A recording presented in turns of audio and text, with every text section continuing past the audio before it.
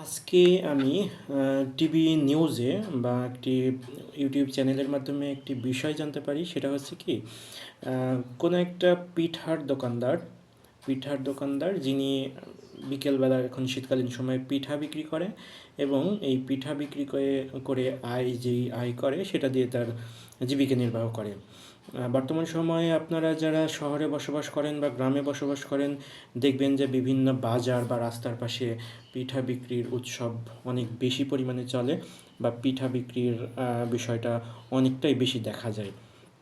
তো মূল যেই আলোচনার বিষয়টি সেটি হচ্ছে, তিনি তার কাছে একটি পোস্ট বাই পোস্টাল একটি চিঠি এসেছে। সেটা হচ্ছে আয়কর রিটার্ন জমা দেওয়া। তো তিনি যখন চিঠি পেয়েছে, চিঠি যিনি দিয়েছেন পোস্টমাস্টার, তাকে জিজ্ঞাসা করে এটি কি করতে হবে বা এটির কাজ কি। তো পোস্টমাস্টার তাকে বলেছে আপনার অনেক কিছু টাকা পয়সা খরচ করতে হবে। তো আসলে সেই মহিলা বা সেই তার হাজব্যান্ড বিষয়টি সম্পর্কে বুঝেনও না। অর্থাৎ ই-টিন রিটার্ন জমা দেওয়া, যেটা আয়কর রিটার্ন জমা দেওয়া। তো এই বিষয়টা ভিডিওর কমেন্টে বা ভিডিওটিতে যেভাবে খুব কি বলে আশ্চর্য বা ভয়ভীতিকর দেখানো হচ্ছিল, বিষয়টা আসলে মোটেও সেরকম নয়। তো সেখানে ভিডিওর মাধ্যমে বোঝানো হচ্ছিল যে অনেক টাকা পয়সা যাবে এবং 2 লাখ টাকা আয় দেখানো হয়েছে।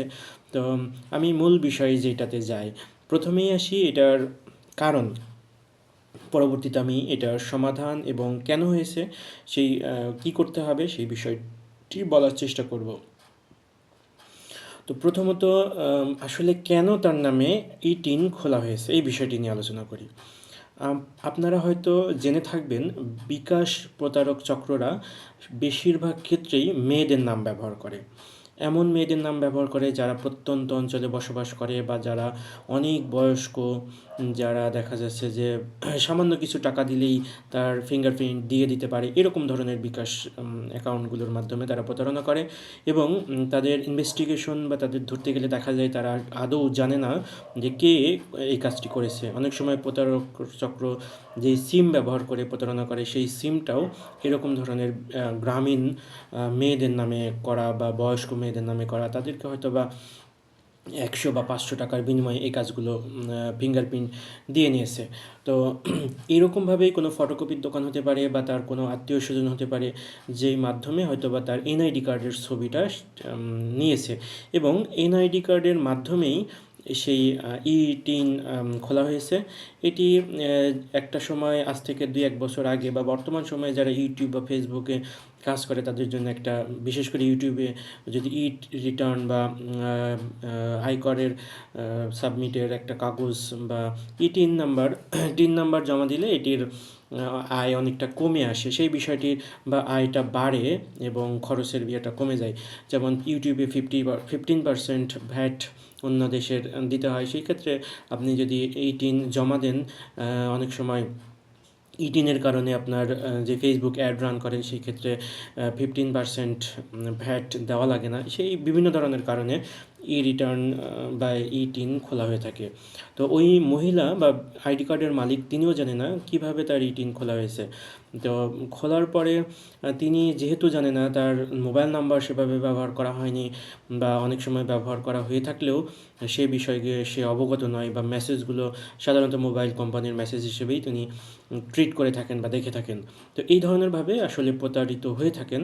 এবং বিকাশ অ্যাকাউন্টও সেইভাবেই খোলা হয়ে থাকে। অনেক সময় বিকাশ এখন তো ফিঙ্গারপ্রিন্ট বা বিভিন্ন ধরনের মাধ্যমে খোলা হয়ে থাকে। অনেক সময় সিম কিনতে গেলে তাদের ফিঙ্গারপ্রিন্টগুলো রেখে দেওয়া হয়, অথবা বয়স্ক মহিলাদের 500 টাকার বিনিময়ে বা 200 টাকার বিনিময়ে এই ধরনের অ্যাকাউন্টগুলো খোলার জন্য বলা হয়ে থাকে। যদিও বর্তমানে একটু কমেছে, তবে তারপরেও এই অ্যাকাউন্টগুলো সাধারণত এইভাবেই অ্যাক্সেস নেওয়া হয় বিভিন্ন ফটোকপির দোকান বা সিম বিক্রেতার মাধ্যমে। তো যাই হোক, এখন সচেতন হতে হবে। অর্থাৎ আপনি আপনার এনআইডি কার্ড বা ছবি বা ফিঙ্গারপ্রিন্ট যেন কেউ অসৎ কাজে ব্যবহার না করতে পারে, এই জন্য নিজেরা সচেতন হতে হবে। করণীয় কী? করণীয় হচ্ছে তিনি যদি রিটার্ন জমা দেনই, কেউ একজন সহযোগিতা করে জিরো রিটার্ন জমা দেওয়ার জন্য ব্যবস্থা করা এবং আ আ মানে একটি আবেদন করা যে এই রিটার্নটি বন্ধ করে দেওয়া হোক। তো সেই বিষয়ে একটি ব্যবস্থা গ্রহণ করা যেতে পারে। তো সেই বিষয়ে একটি পদক্ষেপ নেওয়া ভালো, অথবা ই-রিটার্ন কোম্পানির বা ই-রিটার্ন আয়কর বিশেষজ্ঞ যারা রয়েছে তারা একটি পলিসি করতে পারে, যারা পরপর 2-3 বছর ই-রিটার্ন জমা দিবে না তাদের ক্ষেত্রে হয়তোবা এটি ক্লোজ করে দেওয়ার কোনো বিষয় থাকতে পারে, বা অনেকেই এই কাজটি জানে না বিধায় বুঝতে পারে না কী করতে হবে, তাদের যেন অটোমেটিক্যালি ক্লোজ হয় সেই বিষয়টি একটি রাখা যেতে পারে। তো আমার ব্যক্তিগত পরামর্শ হবে যে জনসাধারণের ভোগান্তি যেন না হয়, এই ধরনের নিউজ বা এই ধরনের ঘটনা যারা প্রচার বা এই ধরনের চিঠিগুলোর মাধ্যমে বাংলাদেশের আয়কর বিভাগ একটি হাসির পাত্র হতে পারে যে এই ধরনের পিঠা বিক্রেতার কীভাবে আয়কর জমা দিতে পারে, যেখানে অনেক বড় বড় মানুষ বা যাদের ইনকাম অনেক বেশি তারা এই রিটার্ন জমা দেয় না। তো এই বিষয়টি অবশ্যই লক্ষ্য করা উচিত এবং এই ধরনের কাজগুলো যেন পুনরাবৃত্তি না ঘটে। এই ধরনের সরকারি অনেক ইন্টেলিজেন্স বা বিভিন্ন ধরনের কর্মচারী কর্মকর্তা রয়েছে, তাদের মাধ্যমে ভেরিফাই করে বা প্রতারক চক্রকে ধরার জন্য একটি ব্যবস্থা গ্রহণ করা যেতে পারে, যেন তারা পরবর্তীতে অন্য কাউকে এই ধরনেরভাবে প্রতারিত না করতে পারে।